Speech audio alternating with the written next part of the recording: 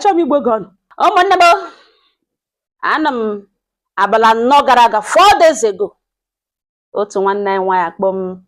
n'ekwentị sị m nwaanyị mba nnọọ mza na makwa m ahụ n'anya m kọsụrụ nso na nọkwa na olete m si banye na m mere ya feel guilty. Nza nne m ele ihe ọgwa m ihe ọ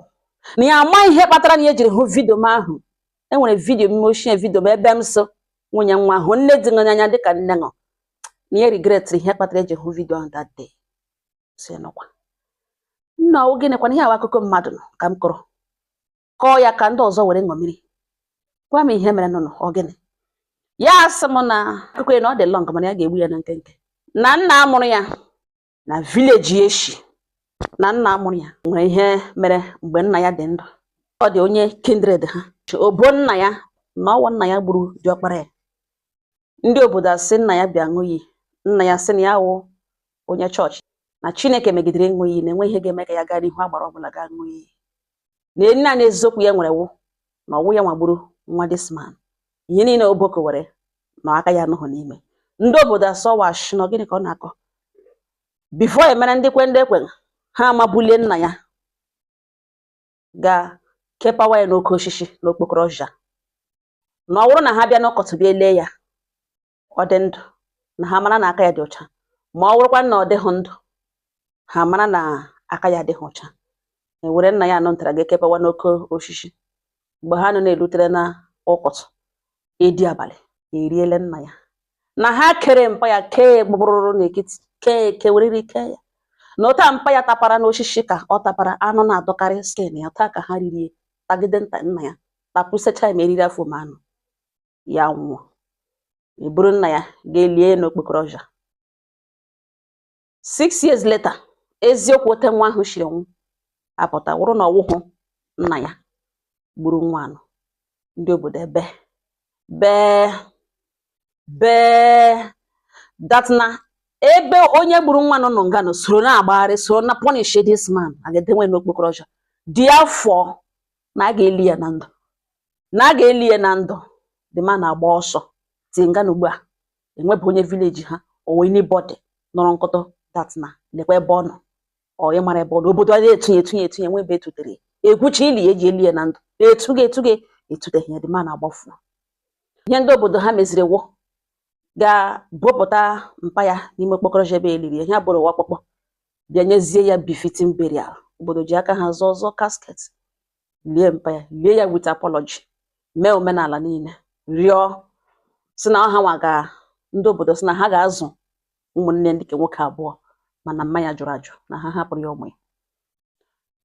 na ọnya wụ history nọ na family ha. Ya kọchakwara di ya destin o werele elekwe history ihe gbasara nna ya na ihe mere ha na ochi na-azụ gakwa n'obodo ha ga-ajụ na ha ga-agwa nke eziokwu before na-abịa. Ọ ya ka ya lụwakwara di n'ụta alụcha. Nne di enyegecha ya ihu ya sị mba na ọwụ ọ like ya ka ọwụ ya sị ebe alọ na ya na ma ọwụ na ha chi taa na ha ga-achị echi. Ya kọpụrụ nne di o ya ka emegidere one day ya lụwa Christmas baden ya mụ na ụmụ atọ lụwa Christmas zụrụ na ihe na ya zụrụ nne di na ya ga-ahụdo onye ga-ama ya aka n'ịzụ ihe ụdị na ya ga-azụcha mkpara anya akwụkwọ ka ọ ga-ele etie ka e were dere lee ma ọ ga-esi n'ọnụ rịpụta gwa ya ihe bụ igwe ya zụcha ihe ya nụtara burela Christmas jibige nne di esi elekwe buru ma na o buru ihe na ma gwadele ihe mere na o ji eme ya ihu otu o shebegara ihu na ọ na-emesara ihe otu o shi emesara ndị omenwunye nwaanyị dị ka ọzọ ihu na ọ na-ekwe ya na erikọ aka na efere onye ọbụla o ji o riwere emetụ ya aka datị na ọ ga-eri ehi na nwaanyị. Nne di ya gwawe si ya na ndị omenwunye nwaanyị niile ya na ha nọchara one week ha eshikwe na-eleta ji ịhụnanya ya enyekwana ha ngọzi before ha dụwa di ha nyekwana ha ndụmọdụ ya nwere inye ha tukwene ha mkpụrụ ngọzi ya nwere itu ha o ruo na ke ya si ya enwe ike ilo na ya gaghị alụta na ele ihe ọ si eme na ya nabatara m na ọ ya nwa onye na-anabata ya jụwa nne di esi ihe na mgbe kwuru na nwere shi o wepụtara ọnụ ụgwọ ya si ya lọta na ya bịa dekwa ihe ya megara ndị omenwunye nwa ya ndị ka ọzọ. Ọ si ya mba na ya gwara di ya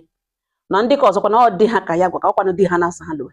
na ọwụ di ojii ya sị ma n'ihu Chukwu na n'ihu mmadụ na di ya gwata ihe rote na nlekwe nga na onwe nwoke na ọ jụrụ eme nwere shi o wepụtara ọnụ ụgwọ ya si lekwe nne di ya gwakwana mma ya ga-ala ike ka ya na ya nọ 1 week na enweghị shọgwere na nkwe na-eshi ọ jụkwara na ya sọ gịnị mere ọ chọghị ịlụta na ya na ikoro akpalo na ọ gwaghị ya na ole na otu ya ga-esi ama omenala na ome na otu na oshi eme. Ọsọ nne di ya sị nwa m ngwa nsogbu anọ na ka ịhụ na ọ ga-ala na ya ekelere na ihe obi dị ya na nne di ya emechicha ha achịcha obiọma kpachaa ya na di ya ekpebie na ha alawa Jenụwarị na ya na nne di ya ga-eso ala. Ya gwakwa nne di ya kwere na ọ na Krismas nọtara ka ana na enwere nwunye di nne di ya nwaanyị ha na ha wee otu okoro akpọkete jụwa sọ nne ọnụgakwa ihe kwụga ebe niile ya sọ gị na ọnụgakwa ebe niile na aha ya gwụla ebiri vriwe ihe kwụga mememe akwụrọrọ na ihe kwụga mememe ọ kwụọla tem kwụọrọ m n'ọsọ ọnụbeghị ya sị gịrị ya sị na nne di ya erekwele ya na nne di ya erekwele ya ya sị na-ele na ụdị nne di jiri ọgịnị mere na nne di ya so na nna amụrụ ya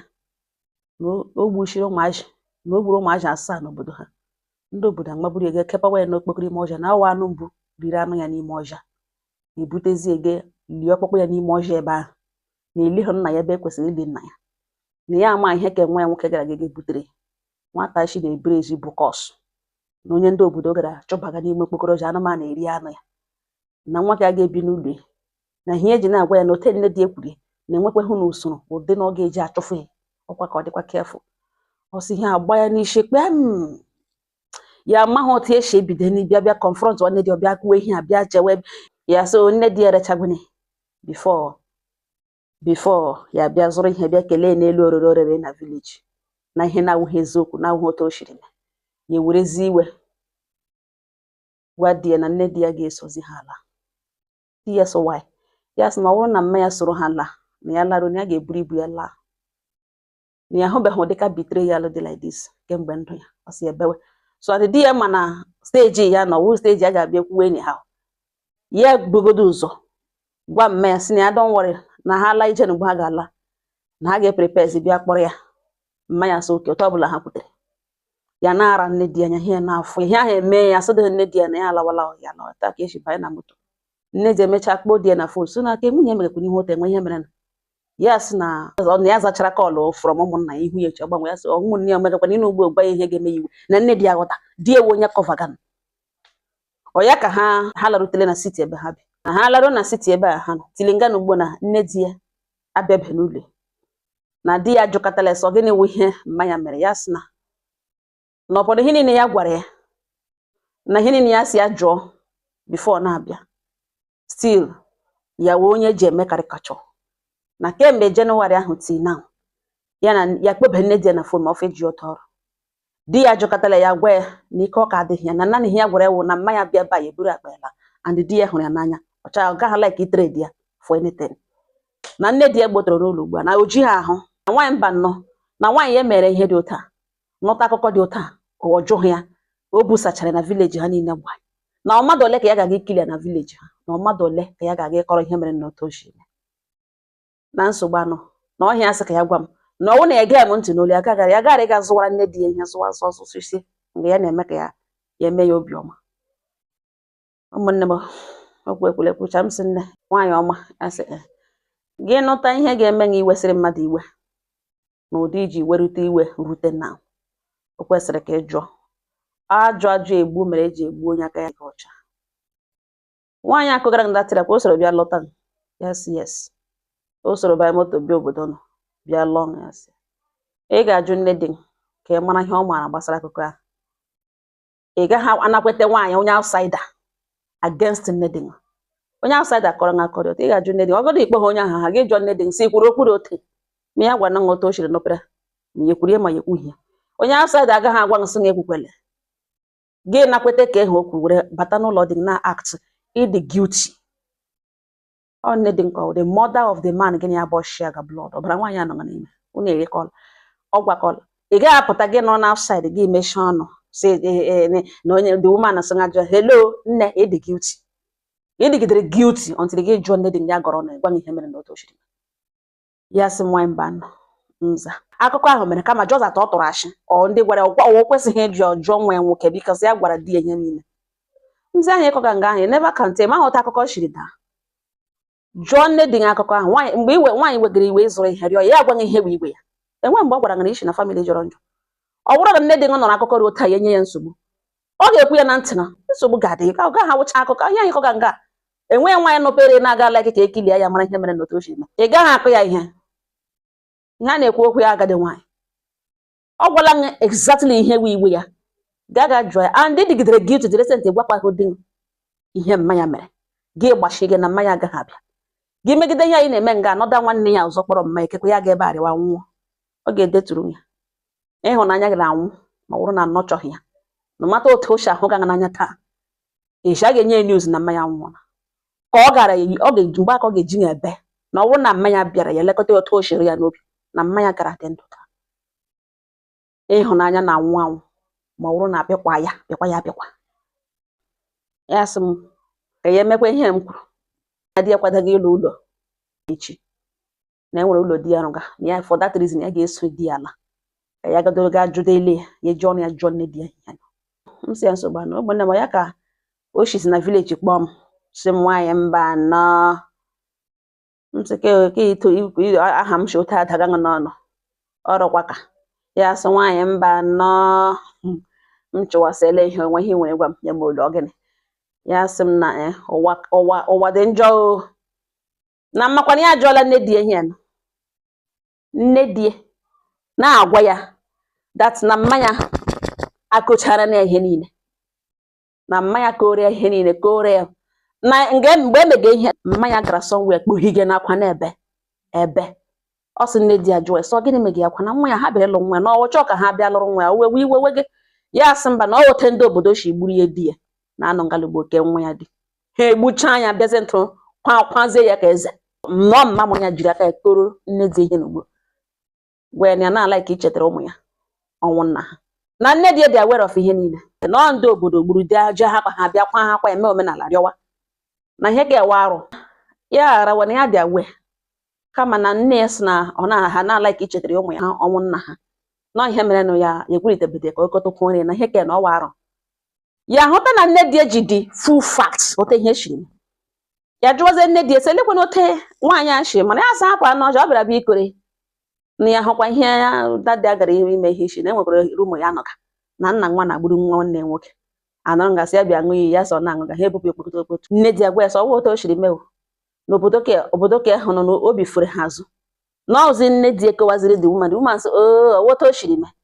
Bịazie ntụrụ shinazi bịa kore na ya nne di ebushacha n'obodo niile. Ya gwawa nne di eso ke ucha ihe imecha ịkọchakwara ya bịakwa bịa gwawakwa ya that na oye bucha asa apụga ọnụ funnel ihe eji mara n'obodo na ọwa ọnụ funnel eti ọnụ ebe ya ekwu eti ọnụ ebe na ọ tọpụkwara dị ọnụ na ọwa onye ihu na ọmaghị na ya kọta ọzọ ya na-ele nne di ya na-ele nne di ya na nwamba nọ na ije ya na di ya nọ na village gboo na ha ga-akpọzi nne di ya apụta n'ọhịa ya sị ka ya kọsatụrụ m. Ụmụnne m na-anụ nanụ ewu nwaanyị nọ nga ụfọdụ marriage taa relationships ụfọdụ ụmụ nwaanyị alụbatara na family na-enwe with nne di nna di ụmụnne di based on ihe akọrọ gba na-abata. Ogene we ihe akọgara ogene we ihe onye obodo ahụ akọgara akọcha ya represent onwe ya na ịbanyere n'ọkụ na ya bịara bịa ịgwa ihe na-anụghị mgbe o mere ka inwe ike dị careful. Hello ihe ga-ajụ onwe before gị were okwu onye ahụ mee ihe wụ kedu benefit ya ihe ahụ ọkọgara ka uru ọ ga-erute mara otu isi ege kpachapụ anya ngọ ha na m n'ọnụ dọdịrị ọnụ.